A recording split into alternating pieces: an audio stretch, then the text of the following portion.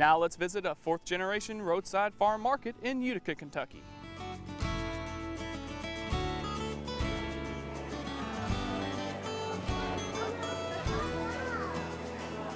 I'm fourth generation on the farm here, and my father and I still work together, and we grow corn and beans and wheat, and we grow about 50 acres of vegetables. And this part of the farm actually got started the year after I graduated high school. Grew about an acre of sweet corn. We sold it in the front yard out the back of the pickup truck, and it just kind of expanded from there. It all goes back to that 1 acre of sweet corn, and the very next year we moved it from the front yard to an old tobacco barn, built a little lean-to shed on the front of it. We sowed corn, sweet corn and tomatoes, was about our only 2 products, and we sold it on the honor system. Didn't even have someone working it for a few years.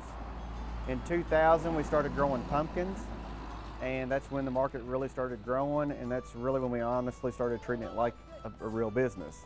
The facility that you see here, it was opened in June of 2008, and it was about a 6-year process to get to that opening date from the time we started planting.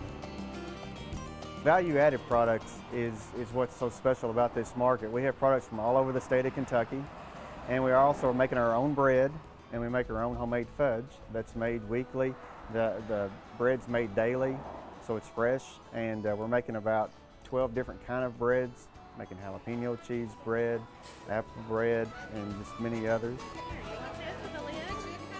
Well, for 2010, we opened what we call our Family Fun Acre. There's lots of farm-related themed activities. There's lots of mazes that it's not just a game, it's actually they're learning something.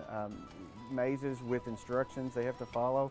We have a corn maze with 8 interactive stations inside it that answer questions about the farm. And there's all kind of activities, climbing on straw that we took for granted as children. Did it all the time, you know, climbed up in the hayloft and had fun, and these kids get the opportunity to do that in our Family Fun Acre.